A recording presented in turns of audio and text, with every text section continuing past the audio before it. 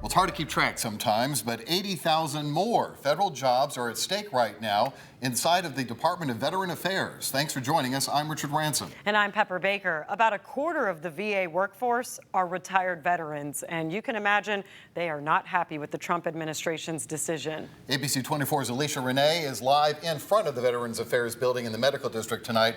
You've got more on these proposed cuts. Yes, it's challenging times right now for veterans, but one thing they're used to is going to battle for what they believe. Is America ready for a draft? Another round of job cuts have been made with the Trump administration, now targeting veteran affairs. According to the Associated Press, the Department of Veteran Affairs are planning a reorganization from top to bottom in hopes of mimicking the pre-COVID work size in 2019 with a little under 400,000 employees. With a quarter of the VA workforce being retired veterans, one Memphian said, "You get exactly what you vote for." Elections have consequences. Retired Air Force veteran Charles Craig says he never activated those VA benefits, so these cuts don't really affect him. My concern with the VA is not very much, although I do have a son that's a 80% disabled veteran that does depend on the VA benefits. The local Memphian says he loves the VA, but these cuts come with some consequences. The people at the VA are wonderful, but I can easily see how so much can be disrupted when you cut back the people there and the resources.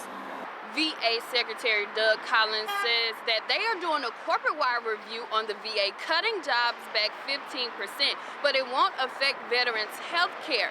Albert Edwards with Alpha Omega says, "We may have to look for other resources or services to fill in where potentially VA may fall short." The VA processes homeless veterans and help them to find homes. They send them to places like Alpha Omega. The whole process will be affected. Even though benefits are not affected, this local Memphian says people need to be prepared for what's to come. And so I repeat, America, are you right, left, in between? Are you ready to give up your children in a draft?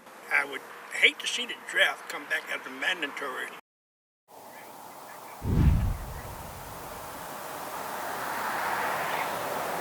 Yeah, so we don't know the exact positions that are going to be cut from the VA hospital and even the clinics in the Mid-South, but I did speak with someone who wants to remain anonymous, and they say that many of those positions may be temporary, but again, we don't know the exact positions that will be cut. But we will stay on top of this story live in the Medical District. I'm Alicia Renee.